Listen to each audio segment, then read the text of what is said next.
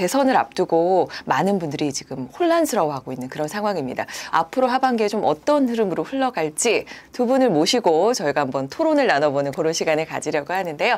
저는 오늘 토론을 진행할 월브TV MC 심지민이고요.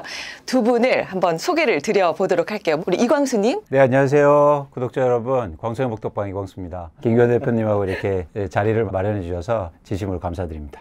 리치고의 김기현입니다. 네. 우리 이광수 대표님하고 또 이렇게 멋진 토론을 하게 돼서 저도 개인적으로 굉장히 즐겁게 이 토론을 한번 해보도록 하겠습니다. 아우, 좋습니다. 대선이 이제 오늘 녹화 시점으로 2주 정도 남았습니다. 그리고 실제로 작년이랑 분위기가 또 너무 달라요. 상승 거래량이 굉장히 많아지는 그런 상황이고, 대선 이후에 그렇다면 이제 6월 이후가 되겠죠. 부동산 시장이 조금 어떻게 달라질 거라고 예상하시는지. 사실은 우리가 자산 시장을 볼 때 이제 하반기 전망, 상반기 전망, 뭐 내년 전망, 뭐 이런 얘기들 많이 하잖아요. 그런데 자산 시장에서 그런 전망은 없어요. 네, 왜냐하면 계속 이어지기 때문입니다. 그러니까 무슨 얘기냐면 갑자기 상반기하고는 끝, 하반기부터 다시 시작하지 않거든요. 네네. 그러니까 6월의 분위기가 7월까지 이어지고 또 7월의 분위기가 8월까지 이어지고 이런 자산 시장의 큰 흐름이 있기 때문에 그런 입장에서는 현재 상황을 잘 보면 2025년 하반기가 읽을 수 있다고 전 봐요. 서울은 뭐 다 아시는 것처럼 일단 양극화가 굉장히 심한 상황. 네. 그래서 일부 지역은 가격 상승세가 굉장히 컸고, 맞아요. 그리고 일부 지역은 아직까지도 하락한 상황 속에서 오르지 못하고 있는 상황입니다. 근데 오르는 지역에 공통점이 하나 있어요. 하나는 뭐냐면 수요가 많아지거나 혹은 공급이 줄거나 둘 중에 하나예요. 그렇겠죠. 가격이 오르는 거. 근데 최근에 일부 지역, 예를 들어서 강남을 중심으로 해서 가격이 상승하는 이유는 공급 감소에서 찾습니다. 팔려는 사람들이 없어요. 그 다음에 호가를 올려놨어요. 그러다 보니까 거래는 안 되면서 가격이 마치 계속 오르는 것처럼 느껴진다. 그렇게 이제는 판단된단 말이죠. 근데 이거를 이제 기반으로 해서 하반기 전망을 하는 거죠. 네. 첫 번째 전망은 뭐냐면, 그렇다면 지금 수요가 감소하고 있는 상황이지 않습니까? 네네. 하반기에도 계속될 거예요. 그렇겠죠. 그래서 이제 하반기에 가장 중요한 게 뭐냐면 계속 이렇게 안 팔 거냐. 그 지점에 대해서 변화가 일어나면 가격이 떨어질 테고, 반대로 계속 이 상태가 유지되면 계속 거래가 안 되면서 호가는 올라와 있는 상태가 유지되겠죠. 그런데 저는 빨리 바뀌지는 않을 것 같다. 그래서 지금의 분위기가 하반기에도 좀 유지되지 않을까, 그런 전망을 일단 하고 있습니다.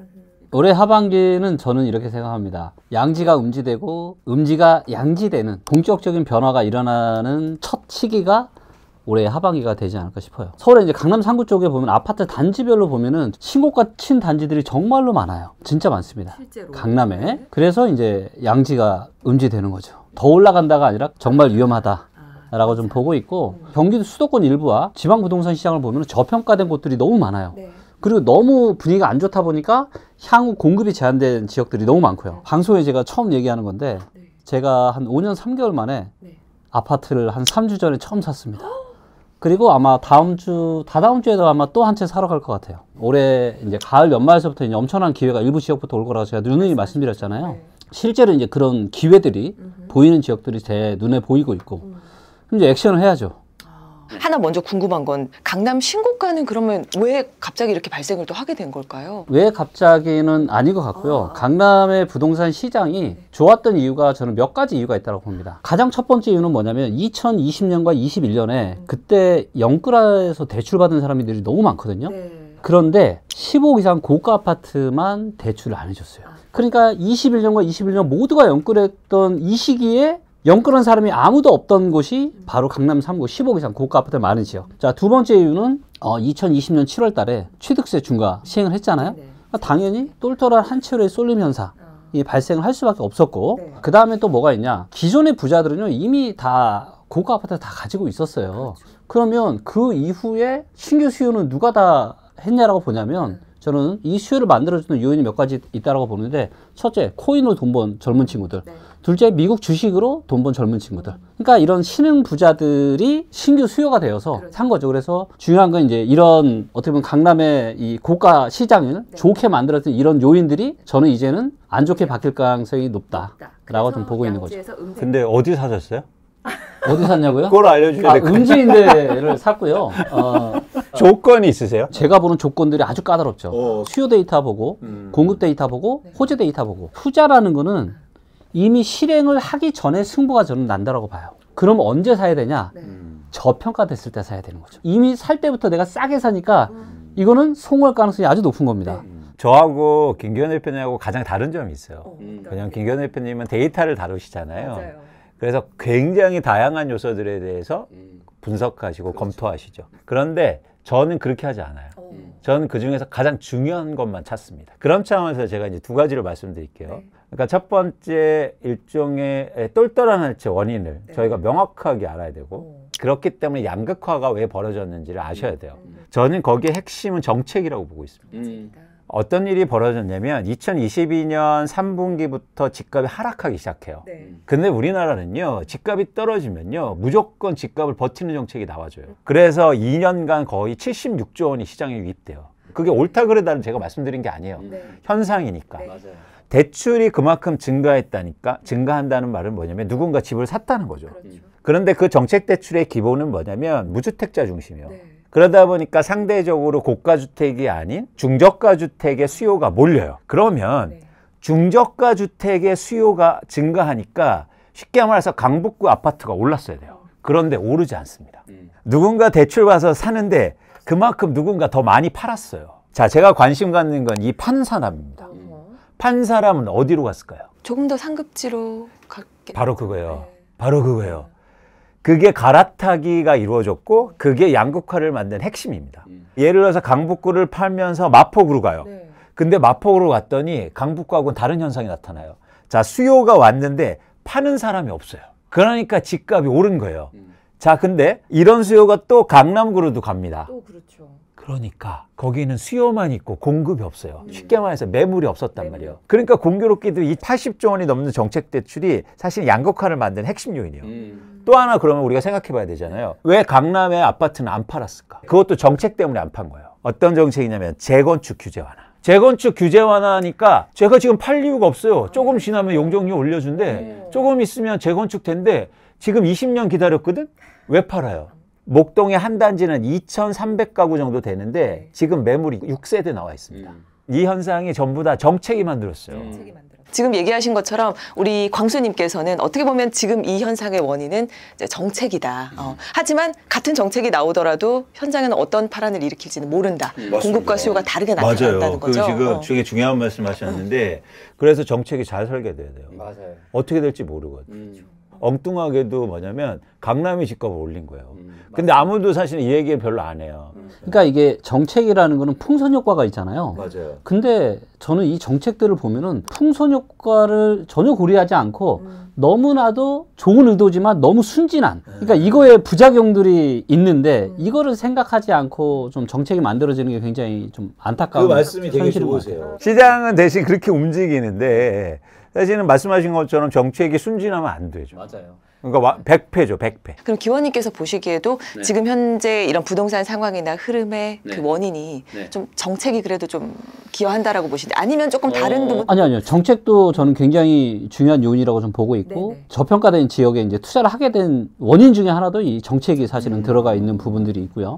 그리고 거기에 저는 이제 전체적인 어떤 자산 시장의 흐름도 제가 이제 같이 보면서 저는 부동산에 대한 의사결정을 하는데 너무나도 우리는 특이한 시대에 살고 있다. 사실 이 코로나라고 하는 아주 특이한 이벤트 때문에 역사적으로 이제 금리를 낮췄고 그리고 엄청난 유동성을 풀었고 여기에 대한 이런 후유증들이 저는 계속 지금 진행이 되고 있는 상황이다라고 좀 보고 있고 그리고 이것들이 이제 거의 끝물 단계까지 오지 않았나 이런 생각을 저는 합니다. 이 얘기에 대해서 우리 광수님께서는 좀 어떻게 생각하세요? 전반적으로는 동의하는데 이제 한 가지 좀 다른 지점은 시점 문제예요. 저는 올해 하반기는 그렇게 빨리 올 것 같지 않아요. 그런 변화가. 상반기에 토호제 때문입니다. 시장에 충격을 줬어요. 그건 어떤 충격이냐면 예를 들어서 집을 갖고 있는 사람들은 기대감이 너무 커요. 이게 줄어드는데 시간이 굉장히 걸려요. 그래서 저는 이게 하반기에서 6개월 안에 이 기대감이 풍선이 꺼지질까?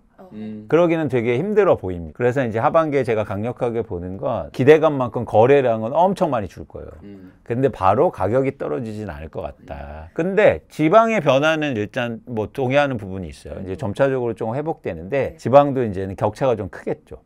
지역별로. 모든 지역이 다 그런 건 아니고. 그렇죠. 네. 얘기를 들으면 들을수록 그러다 보니까 요즘에 많은 분들이 조금 혼란스러워하는 이유는 자, 오늘 녹화 시점으로 이제 대선이 2주밖에 안 남았어요. 도대체 어떻게 어떻게 앞으로 하반기가 좀 바뀔 것인가 또 정책에 따라서 달라질 수가 있는 부분이다 보니 대선 이후에 또 대통령이 또 누가 되느냐에 따라서 이런 집값의 분위기나 부동산의 흐름이 좀 달라질 수도 있다고 생각하는지도 궁금해요. 대세에는 별로 영향이 없을 것 같아요. 일단은 다들 공감하는 건 뭐냐, 이제 공급을 좀 늘려야 되겠다. 이런 부분들에 대해서는 이제 후보들께서 다들 공감을 하시는 것 같고, 공급은 당연히 앞으로 계속 늘어날 필요는 있을 것 같고요. 하지만 누가 대통령이 되는 거에 따라서 전체적인 시장 자체가 완전히 달라질 거냐, 저는 절대 그렇게 생각하지 않습니다. 네, 그렇게 되지 않아요. 일단 저희가 지금 대선 구간에서 각 후보별로 부동산 정책이 이렇게 세세하게 나온 건 아니어서 분석하기가 좀 어렵습니다. 대신 저는 어떤 정책이 나와서 영향을 받을까 이렇게 말씀드린 것보다 그렇기 때문에 불확실성은 조금 더 커진 거 아닌가? 잘 모르겠다 이거죠.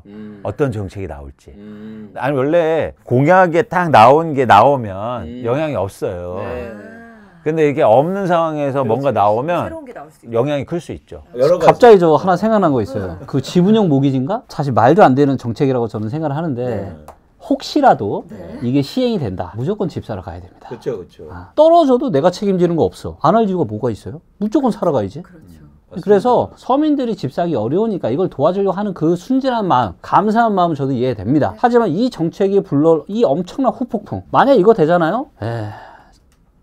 엄청나게, 그래서 절대 저는 이거는 진짜 안 했으면 좋겠습니다. 근데 진짜 지금 얘기해 주신 내용들 들으면서 무주택자 입장에서는 너무나도 혼란스럽고 그렇다면 도대체 나는 이 상황을 어떻게 타개해야 되는가. 너무나도 침체되어 있으면 여기를 부양을 시켜야 돼요. 너무나도 과열이 되면 워워 시켜야 됩니다. 이게 저는 정부가 해야 되는 역할이고, 그리고 모두는 아니겠지만 일부의 부동산 전문가들이 해야 되는 저는 중요한 역할이라고 생각합니다. 왜냐하면 부동산이라는 건요, 우리의 자산이 다 걸려 있습니다. 밸런스를 맞춰주는 역할을 저는 누군가는 해야 된다. 그게 저는 부동산 이런 정책 당국, 그 다음에 일부 부동산 전문가들이 해야 되는 역할이라고 좀 보고 있는데, 그런 측면에서 놓고 보면 일부 지금 부동산 시장 지방 너무 안 좋아요. 너무 과도한 공포에 젖어 있고요. 본질적인 가치들이 너무 싸요. 근데 시장이 안 좋으니까 국가 경제랑도 다 연결이 되어 있거든요. 그렇기 때문에 이런 지역들은 조금 뭔가 세금적인 측면이나 이런 것들을 해서 너무나도 과도한 공포에 빠지지 않고 올라갈 수 있는 이런 기반들을 만들어주는 지역별로 맞춤 타겟팅을 해서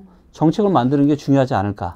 그렇게 생각합니다. 근데 솔직히 말해서 그렇게 공포스러운 상황이 없었어요. 대한민국에서는. 사실 저는 그게 문제라고 생각하는데, 저는 대한민국 부동산의 가장 큰 문제는 모두 다 갖고 있는 부동산 불패 신화예요. 모두 다 부동산 가격은 언젠가 오를 거야. 그 말이 가장 싫은데요. 본질적으로 왜 부동산 불패 신화를 이게 대한민국의 많은 분들이 갖게 되냐면, 가격이 조금이라도 떨어질 것 같으면 받쳐줬어요. 계속 올라서 불패 신화를 가진 게 아니라 떨어지면 올려줬단 말이에요.